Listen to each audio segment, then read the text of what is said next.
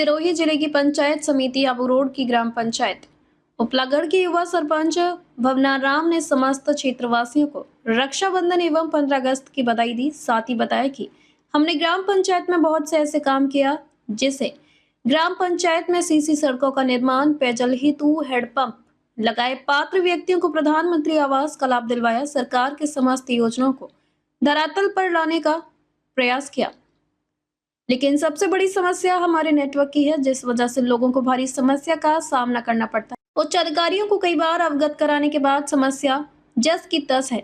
आइए सुनते हैं विशेष रिपोर्ट। आरपी न्यूज़ से मैं बिरबल कड़वा और आज हम पहुंचे हैं पंचायत समिति आबू रोड की ग्राम पंचायत उपलागढ़ के अंदर। यहाँ हमारे साथ युवा सरपंच भगवानाराम जी मौजूद है।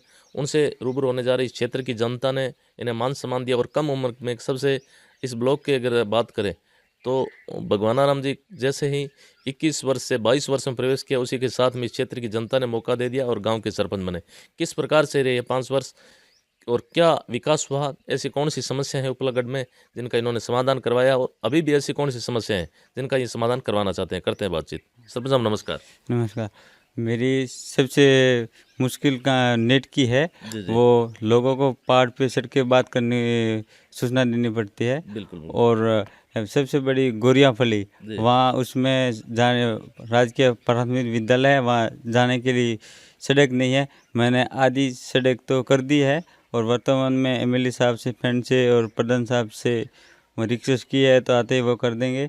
और हमारे सरकार से यही गुजारिश है, हमारे सभी बाखर में नेटवर्क लग गया एयरटेल के और जियो के, और उपलागढ़ में अभी सबसे पुटे रह गया और सबसे आबू रोड से नज़दीक में उपलागढ़ है। जी जी जी। और हमारे ग्राम पंचायत में राडा और उपलीबोर भी लग गया और पंचायत से मुख्यालय में नेटवर्क की कमी होने के कारण लोगों के यही जाति प्रमाण पत्र, मूल्यवास, ये कई लोगों को वंचित रहे, योजनाओं का लाभ नहीं मिल पाता, लाभ ये नहीं मिल रहा। जी जी जी। और प्लस ये हमने सरकार विद्यालय के क्षेत्र में बहुत भवन की निर्माण करवाए हैं और अभी वर्तमान में कुछ भवन ऐसे हैं तो हमारे विद्यालय के करवाने जरूरी है, जर्जर व्यवस्था में है। और इसलिए सरकार से मैं ये गुजारिश करता हूँ कि मेरे स्कूल के सभी शिक्षा के क्षेत्र में अधिक से अधिक रूम लाभ मिले और हमें शिक्षा के प्रति लोगों को जागरूक करते हैं। और इनको अभी वर्तमान में 12वीं पास लड़कों के लिए लाइब्रेरी खोलने का हम प्लान कर रहे हैं और उसमें टीचर लगाने का भी कर रहे हैं। मिला के ये कह सकते हैं कि भगवानाराम जी युवा हैं और जोश भी है, ये कहीं न कहीं आपकी जो भावना है उससे पता चल रहा है। जब आप सरपंच बने थे इस क्षेत्र की जनता ने, पहले भी कभी आप राजनीति में पहला कदम था आपका और पहली बार सरपंच चुने गए, कहीं न कहीं जो आप चाहते थे वो विकास नहीं हो पाया, ये कह सकते हैं। हाँ, मैं मेरे टाइम में कह सकता हूँ, मेरे टाइम कुछ कमी से कोरोना काल से महामारी के कारण शिक्षा में भी प्लस हुआ और काम में भी हुआ और कई जगह सरकार से वंचित भी है ये। बिल्कुल बिल्कुल। सबसे बड़ी जो प्रॉब्लम है भगवानाराम जी क्षेत्र की, एक नेटवर्क प्रॉब्लम आज के युग में, जहां अपने बात करें चांद भर प्लॉट कटने की, लेकिन धरातल पे अगर उपलागढ़ में आए तो यहाँ लगता है कि आज नेटवर्क नहीं है।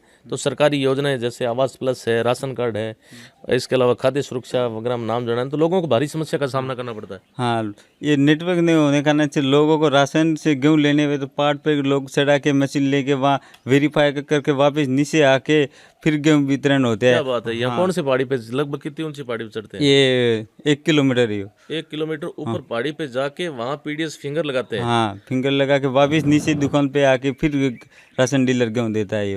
और ये कोई भी डॉक्यूमेंट के लिए ऑनलाइन काम करने के लिए आबू रोड या निचलागढ़ हमारे को जाना पड़ता है। बिल्कुल बिल्कुल। हाँ, तो और कई लोगों के पेंशन भी इसी कारण से, बुजुर्ग लोग जा नहीं पा रहे, उसी कारण से सत्यापित नहीं हुए, 50-60 पेंशन भी वंचित अभी ब्लॉक हो गया है ये। बिल्कुल बिल्कुल।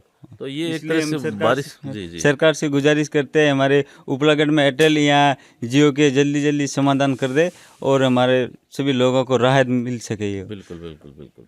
आज के जो समय में मोबाइल का युग माना जा रहा है, लोग सोशल मीडिया चला रहे हैं, नेट चला रहे हैं, घर बैठे ट्रांजैक्शन कर रहे हैं, बातचीत कर रहे हैं, लेकिन यहाँ की जो परिपाटी है, यहाँ के हालात है, वो आज से अगर बात करें जो सदियों पुरानी जो परंपरा थी वो ही हालात देखने को मिल रहे हैं। हाँ, इसलिए वो नेट कारण से लोग को शिक्षा में भी कम रुचि ले पा रहे हैं। इसलिए बिल्कुल। हम ऑनलाइन सभी अभी टीचर नहीं होते तो सभी ऑनलाइन क्लासेस चलती है। हमारे उपलागढ़ में नेटवर्क नहीं होने कारण से ऑफलाइन भी क्लास चलते हैं बिल्कुल। और आज के विषय के टीचर भी नहीं है ये। बिल्कुल। आज के समय में जहाँ कंपटीशन की तैयारी के लिए बच्चे जो ऑनलाइन क्लासें भी लेते हैं, इसके अलावा जो पढ़ने वाले बच्चे हैं कहीं न कहीं मोबाइल का इस्तेमाल भी करते हैं, तो उनके लिए एक बहुत बड़ी दिक्कत है, ये कह सकते हैं। हाँ, उसके लिए बहुत दिक्कत की बात है ये। भगवानाराम जी, इसके लिए आपने कोई विशेष प्रयास किए उच्च अधिकारियों को, यहाँ के राजनेताओं को, प्रशासन को इसके संबंध में कभी? हाँ, नहीं, उसके संबंध में एमएलए साहब को भी बताया है और जिला कलेक्टर के हम 2 बार जाके आए हैं नेटवर्क के लिए। और हर पंचायत के जन सुनवाई में, हर प्रशासनिक के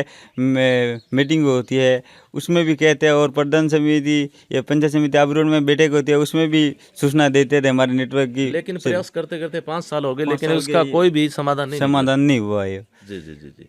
इसके अलावा सरपंच साहब, अपने बात करें अपने पंचायत के विकास कार्यों की, किस प्रकार से रहे विकास कार्य? अगर बड़े मोटे तौर पे अपने पंचायत में क्या क्या विकास कार्य हुए आपके टाइम में? मेरे टाइम तो एक तो मैं उपली बोर में थे, टीडी से हमने 16 लाख का रूम बनाया। जी। और पंचायत में सभी ये स्कूल है बिजलीपल्ली में भी टीन सेट बनाया, और ये गोरियाफली में रास्ते जाने के लिए सीआर रपट बनाई हो, और 2 अभी सेंक्शन कर दिया है, और रोड भी थोड़ी कर दिया है क्योंकि वहाँ बहुत समस्या, वहाँ रास्ते में जाने के लिए हेडपम्प भी नहीं जा रहा सड़क नहीं होने कारण से। और उपलागढ़ में हम सारे थे हर डानी में सड़क जाए पर पूरा नहीं कर पाए, थोड़ा बाकी भी रहे है। जी। कोई विधायक वगैरह का भी कोई सहयोग रहा यहाँ स्थानीय विधायक महोदय का या प्रधान का? ये प्रधान तो हमारे बने जब से बहुत सहयोग रहा है, और विधायक कोटा से कोई सहयोग नहीं मिला है। और सांसद मद से? सांसद मद से कोई नहीं मिला है। जी। क्या वजह मानते हो आप? हम तो कई बार उनको अवगत भी कराया, हमारे स्कूल की जंजीर और रूम अलॉटमेंट करो, और नेटवर्क के बारे में बहुत बात की, पर अभी तक उन्होंने कोई जवाब नहीं दिया है। जी। इसके अलावा अगर बात करें अपने उपलागढ़ में ऐसी कौन सी समस्या है, मेजर समस्या, मोटी समस्या क्या है जिनका आप समाधान करें? नेटवर्क की प्रॉब्लम तो है ही, इसके अलावा सरपंच साहब शिक्षा को लेकर या चिकित्सा सेवा को लेकर क्या कहना चाहिए? नहीं, शिक्षा इनके दोनों टीचर भी ठीक है हमारे शिक्षा के लेकर, और व्यवस्था के इनके बारे में भी ठीक है। बाकी मेन तकलीफ ये है नेट की है, और प्लस ये टीचर की कमी चल रही है बाखर में। जी। विद्यालय के अंदर स्टाफ की कमी है। हॉस्पिटल वगैरह की व्यवस्था किस प्रकार की है? हॉस्पिटल तो ठीक है, एनएम आती है, और वही समय पर टीकाकरण हो जाते हैं। जी। और क्या कहना चाहेंगे सरकार से, और कुछ कहना चाहेंगे अपने? सरकार से तो मेन यही है, अधिक लोगों की भर्ती खोले और हमारे स्टाफ की कमी है वो पूर्ति हो जाए। और शिक्षा से अभी सबसे गांव में शिक्षा सर्व है, और शिक्षा नहीं वे तो सब कुछ नहीं है ये। तो सरपंच साहब, यहाँ जैसे आपने एजुकेशन की बात करो, हॉस्टल वगैरह की कोई व्यवस्था है? हॉस्टल की नहीं है ये शिक्षा, ये हॉस्टल के है ही नहीं है। हम ये भी चाहते हैं कोई हॉस्टल हो जाए। बिल्कुल। छात्रावास की हाँ, छात्रावास व्यवस्था हो जाए ताकि बाहर जो पढ़ने वाले बच्चे हैं, हाँ, यहाँ उनकी सुविधाओं का लाभ मिले। जी। तो ये थी हमारी खास मुलाकात ग्राम पंचायत उपलागढ़ के जो युवा सरपंच है भगवानाराम जी, जिनसे हमने ग्राम पंचायत के मुद्दों पे, यहाँ की समस्याओं पे फोकस डाला।